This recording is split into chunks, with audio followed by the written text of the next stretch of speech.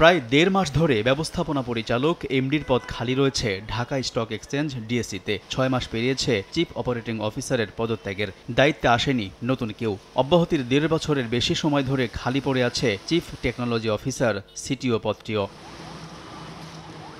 শেয়ারবাজারের সব কার্যক্রমই চলে সফটওয়্যারের মাধ্যমে। সিটিও ছাড়া বিকল্প লোক দিয়ে কাজ চালিয়ে নিলেও যেকোনো সময় ঝুঁকিতে পড়তে পারে ডিএসইর লেনদেন, এমন শঙ্কায় প্রতি মুহূর্ত পার করেন বিনিয়োগকারীরা। ক্যাপিটাল মার্কেট অনেক এটা খুবই একটা সেন্সিটিভ জায়গা। এখানে যে কোনো কিছুরই একটা ইফেক্ট পড়ে আর কি। স্বাধীন একটা দেশের সরকারের একটা প্রতিষ্ঠান, এর দায় ঊর্ধ্বতন কর্তৃপক্ষেরও আছে। এমনিতেই যেখানে পুঁজিবাজারকে বলা হয় ঝুঁকিপূর্ণ বিনিয়োগের মাধ্যম, সেখানে ব্যবস্থাপনা পরিচালক ছাড়া ডিএসইতে কোন অবস্থায় অর্থলগ্নি করবেন বিনিয়োগকারীরা, এমন প্রশ্ন ব্রোকারেজ হাউজের কর্মকর্তাদেরও।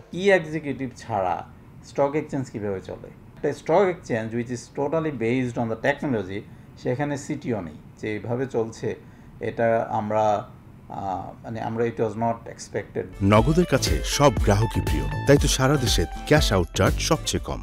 যোগ্য লোকের অভাবে নিয়োগ প্রক্রিয়ায় এই ধীর গতি বলে জানান ডিএসইর নিয়োগ বিষয়ক কমিটির প্রধান। কতদিন পর ব্যবস্থাপনা পরিচালক পাবে ডিএসই, সেই সময়সীমাও জানা নেই তার। ৩ জন যোগ্য ব্যক্তিকে ৩টা পজিশনে এবং নিরপেক্ষভাবে নিয়োগ দিতে গেলে আপনার কিছু সময় তো অবশ্যই আমাদেরকে দিতে হবে। এতটুকু আশ্বস্ত করতে চাই যে খুব দ্রুততার সাথে এই জিনিসগুলো ফিল আপ করা হবে। ডিএসইর এমন দুর্বলতা যখন দৃশ্যমান, তখন স্বাভাবিকভাবেই এর নেতিবাচক প্রভাব পড়ে পুঁজিবাজারের লেনদেনে, যা তৈরি করে আস্থার সংকট। তাও স্বীকার করেন ঢাকার পুঁজিবাজারের এই পরিচালক। এর সবগুলো পিলার আপনার স্ট্রং রাখতে হবে। কোনো একটা পিলার যদি মিসিং থাকে অবশ্যই সেটা মার্কেটকে ইম্প্যাক্ট করবে। আলতাফ হোসাইন, সময় সংবাদ, ঢাকা।